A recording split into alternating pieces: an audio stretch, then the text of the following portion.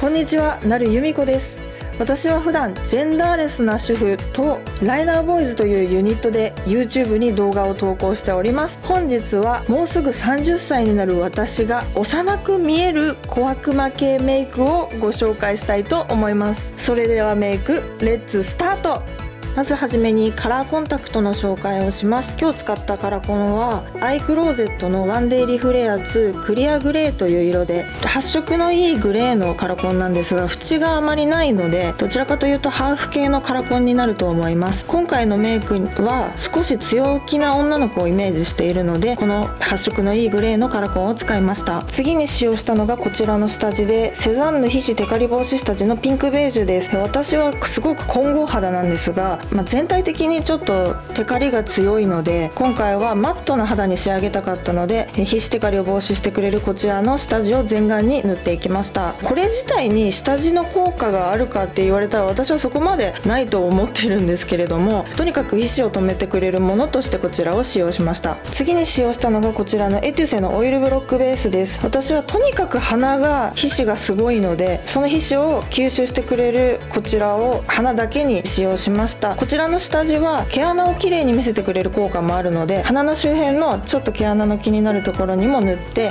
直に筆で塗った後素早く指で伸ばすようにしています。で、素早く指で伸ばしてからさらに水を含ませるタイプのスポンジを使ってダマにならないように肌になじませていきます。サナ毛穴パテ職人 BB クリームです。こちらも私何年使ってるかわからないぐらいすごく愛用しているんですけれども、これはその毛穴パテ職人というその名の通り毛穴をきれいに隠してくれる効果のある下地です。これは色がついてるものなんですけれども、透明なものも売っていて、私は頬にも開き毛穴があって、あとアバタとかも気になるので、こちらを昔からずっと使っています。この下地は SPF50 プラス PA4 プラスで、紫外線対策もできる下地になっていて、なおかつ皮脂吸着パウダーというものも中に入っているみたいで、全体的にお得な下地なので今回もこちらを使っていったんですが、この下地少々厚塗りになってしまいがちな下地なので、全体的に薄く、できるだけ薄く指で伸ばしていった後、また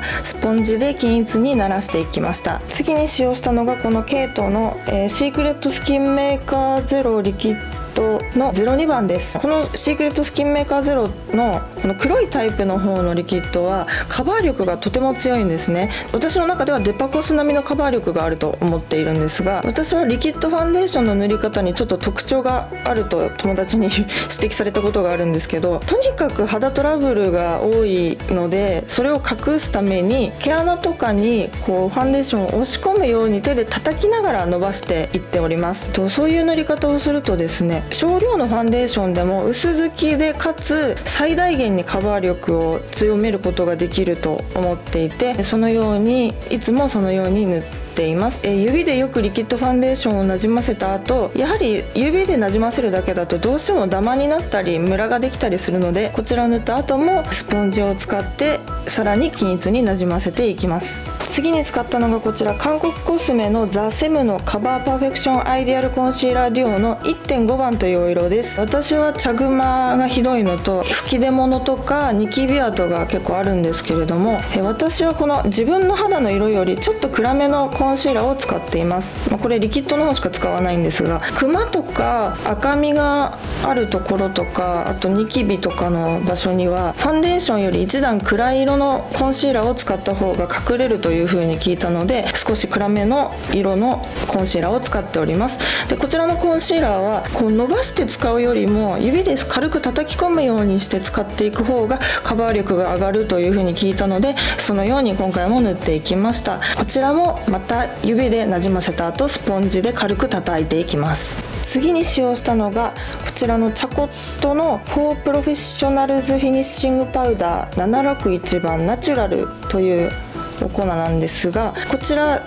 透明の粉もチャコットさんから出ているんですが、私は色付きのものを使わせていただきました。なんでかというと、白いものより色付きのものの方がカバー力があって、私は本当に肌トラブルがコンプレックスなので、こちらの色付きのお粉でさらにカバー力を出して、今まで塗ってきたものを、あとチャコットさんのパウダーはセット力がすごく強いので、今まで塗ってきたそのファンデーションとかコンシーラーをもうその状態のまま結構長時間キープしてくれるものなので、こちらをしっかりと全顔にはたいていきました。次に唇の保湿をしたんですが、使用したのがこちらのカントリー&ストリームハニーフルリップ唇用美容液です。リップクリームなのかな、リップバームですかね、なんですけれども、こちらイダラポラトリーズという会社から出ているんですが、イダラポラトリーズっていう会社はキャンメイクを作っている会社さんで、そこから出ているもので、私はこれを Amazon で買っているんですけれども、すごく保湿力が高くて夜寝る前にもつけたりしているもので、お化粧中に唇の乾燥を防ぐためにこちらを今回も使用しました。次にアイブロウに使ったのがこちらブローラッシュ EX ウォーターストロングダブルアイブロウジェルペンシル&パウダーのライトブラウンというお色のものを使用しました。こちらはペンシルとチップがついているもので、まずはペンシルの方を使って眉の真ん中あたりから眉尻に向かってちょっとつり気味の眉毛の形を描いていきました。今回強気な小悪魔っぽい女の子をイメージしたメイクなので、はっきりと眉毛は描いていったんですが、眉毛を描くときは眉毛の上の方より下の方を濃くするようなイメージで描いていくと綺麗に描けるという風に聞いておりますので、そのように今回も描いていきました。毛の生えているところ、眉頭の方はチップの方を使って埋めていったんですけれども、このペンシルを使っている理由が、とにかく汗水に強いし皮脂にも強くて眉尻が消えることがないんですね。今隠れちゃっててあんま見えてないんですけど、髪の毛がかかったりしてても全然眉尻が消えることがないので、このブローラッシュ X の眉ペンシルはもう毎日いつも使っている、もうこれ以外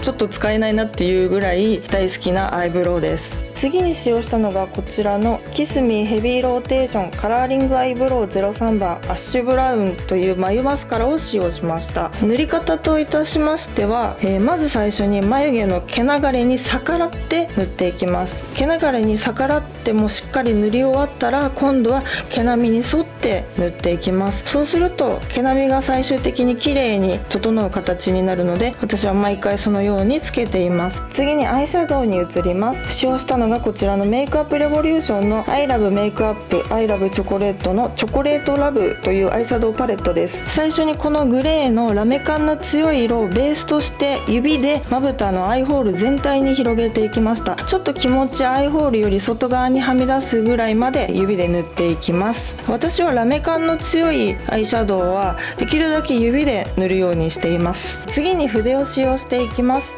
この筆はロージーローザの筆なんですけど、コシがあってなおかつこのちょうどいい大きさなので、まずまたこのラメ感の強いピンクを目頭から黒目の終わるあたりまでの二重幅のところに塗っていきました。で、私この時点では全然目に二重幅とかないんですけれども、今後メイクしていく段階で二重になるんですね。私はビューラーとつけまつげをすることで二重になるんですけれども、その二重になる線がうっすらついているので、それを目安に二重幅としてそこに塗っていきます。こちらの濃い紫色にまたラメが入っているシャドウをブラシに取りまして、目尻から先ほどピンクのシャドウを塗ったあたりまでぼかしつつこう持ってって、最終的にピンクのアイシャドウと紫のシャドウが黒目の終わるあたりで交わるように塗っていったんですけれども、その際に紫のシャドウはピンクのシャドウの上を通ってクリースの部分にも入るように筆をうまく二重の線に食い込ませながらこうぼかしていきました。先ほどピンクのシャドウは二重幅になるところだけに塗っていったんですけれども、この紫のシャドウは目尻の上かなりオーバーめにこうぼかして上まで持っていっています。そのまま今度はこの紫のシャドウを、目尻下3分の1ぐらいまでにも入れています。結構このように暗い色を、ラメが入っていてもこのように暗い色を目尻側にオーバーに、自分の目よりもかなりオーバーにシャドウをのせていくことでデカめ効果がかなり期待できるので、そのように塗っていきました。次に付属のチップに持ち替えまして、こちらのシマーなピンクをチップに取って涙袋のところにシャドウをのせていきました。今回のメイクはあんまり涙袋を強調するようなメイクではないのですが、やっぱり何もないとちょっと寂しいというか、上がラメラメしいのに涙袋に空白があるとちょっと変なので、こちらの目頭のところに入れたシャドウと色の系統を合わせてピンクのシマーなシャドウをのせていきました。眉尻の下ですね。眉尻の下と最初に塗ったグレーのアイシャドウの間にこちらのシマーなゴールドをハイライト的な感じでのせていきました。こうすることによってかなり目に凹凸ができて見えます。次に使用したのがこちらのケイトデザイニングアイブロウ N の EX4 ライトブラウン系です。こちら実はリニューアル前のものになっておりまして、買い置きしていたものがまだ残っていたので使っているんですけれども、私はこちらをノーズシャドウとして使っております。この3色あるうちの一番薄い色を付属のブラシの広い方に取りましてノーズシャドウを描いていきます。私は彫りが浅いというかほぼないので、目頭のところに結構濃いめに入れています。こことここを濃くするイメージです。で、両側同じように塗れたら鼻の下、人中の上あたりですね、ここで、ノーズシャドウをクロスするように塗ります。そうすると鼻の頭がツンと高くなっているような綺麗な形の鼻に見える効果があります。次にシェーディングをしていきます。セザンヌミックスカラーチーク20番シェーディングです。こちらを使用して普通にシェーディングを入れていくんですけれども、私はおでこが猫鼻というか狭いのでおでこには全く塗っておりません。この4色を全部混ぜてこめかみあたりから頬骨の下、そしてフェイスラインにこう3の字を描くように塗っていっております。で、私は顎が丸いので顎をシュッとして見せたいので、本当に顎ギリギリのところまでシェーディングを入れています。あとはちょっと二重顎が気になるので顎の下にもシェーディングを入れています。で、このカラーがあんまり濃くないので結構ガシガシ塗っちゃっても不自然にはならないかと思います。